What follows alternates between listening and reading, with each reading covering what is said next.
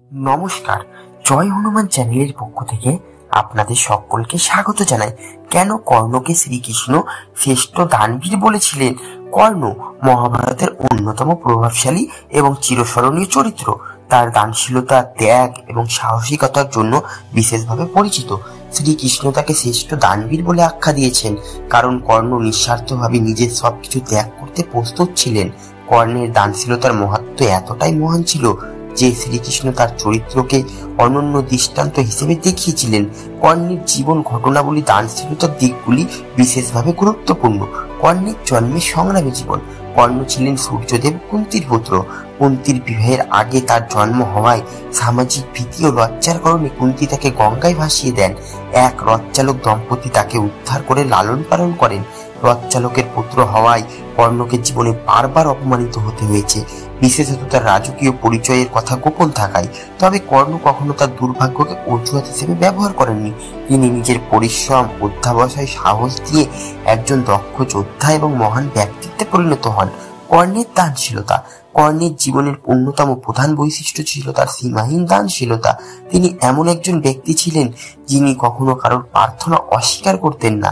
তার দানশীলতার অসংখ্য উদাহরণ মহাভারতে উল্লিখিত রয়েছে। কবচ কুণ্ডল দান। কর্ণের কাছে সূর্যদেবের দেওয়া কবচ এবং কুণ্ডল ছিল, যা তাকে প্রায় অজয়ী করে রেখেছিল। এই দুইটি অলংকার তাকে শারীরিক সুরক্ষা দিতে এবং কোনো অস্ত্র তাকে আঘাত করতে পারত না।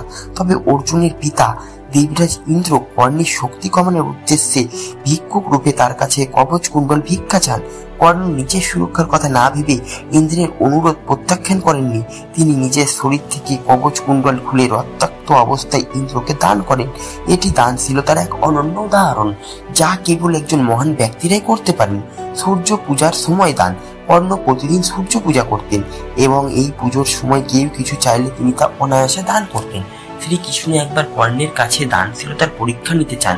তিনি কর্ণের কাছে এমন একজন ভিক্ষুক পাঠান যিনি কর্ণের সম্পদ এবং জীবনের সবকিছু চান।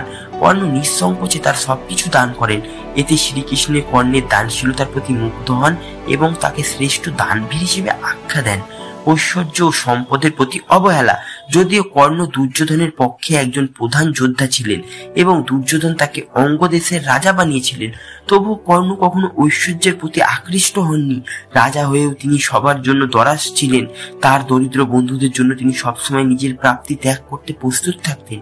শ্রীকৃষ্ণ কর্ণের সম্পর্ক। শ্রীকৃষ্ণ কর্ণের প্রতি গভীর শ্রদ্ধাশীল ছিলেন। মহাভারত যুদ্ধ শুরু হওয়ার আগে শ্রীকৃষ্ণ কর্ণের কাছে গিয়ে তাকে পাণ্ডবদের পক্ষে যোগ দেওয়ার প্রস্তাব দেন। তিনি কর্ণকে জানান তিনি পাণ্ডবদের বড় ভাই, তবে কর্ণ এই প্রস্তাব গ্রহণ করেননি। তিনি দুর্যোধনের প্রতি কৃতজ্ঞতা প্রকাশ করে বলেন যে দুর্যোধন তাকে অঙ্গরাজ্যের সম্মান দিয়েছিলেন যখন সমাজ তাকে নিচু ও অযোগ্য বলে অপমান করেছিল। কর্ণ তার বন্ধুত্ব ও কৃতজ্ঞতাকে তাকে নৈতিকভাবে বড় করেছিল। শ্রীকৃষ্ণ কর্ণের এই ত্যাগ এবং কৃতজ্ঞতা বোধ থেকে আরো বেশি মুগ্ধ হন। কর্ণের দানশীলতার গভীরতা। কর্ণের দানশীলতা শুধুমাত্র বস্তুগত দানের মধ্যে সীমাবদ্ধ ছিল না। তিনি তার জীবন, সুরক্ষা, সুখ এবং নৈতিক আদর্শকেও অন্যদের জন্য ত্যাগ করতে প্রস্তুত ছিলেন। তার দানশীলতার মধ্যে ছিল নিঃস্বার্থতা। কর্ণ কখনো নিজের সুখ, স্বাচ্ছন্দ্য বা ভবিষ্যৎ নিয়ে চিন্তা করেননি। তিনি সবসময় অন্যদের প্রয়োজনকে নিজের প্রয়োজনের চেয়ে বড় মনে করে দেখেছেন। ত্যাগের মনোভাব। কর্ণের দানশীলতা কেবল বস্তুগত জিনিসের মধ্যে সীমাবদ্ধতা ছিল না। তিনি নিজের জীবন, আত্মসম্মান এবং এমনকি নিজের সুরক্ষাও ত্যাগ করেছিল। অহংকারহীনতা।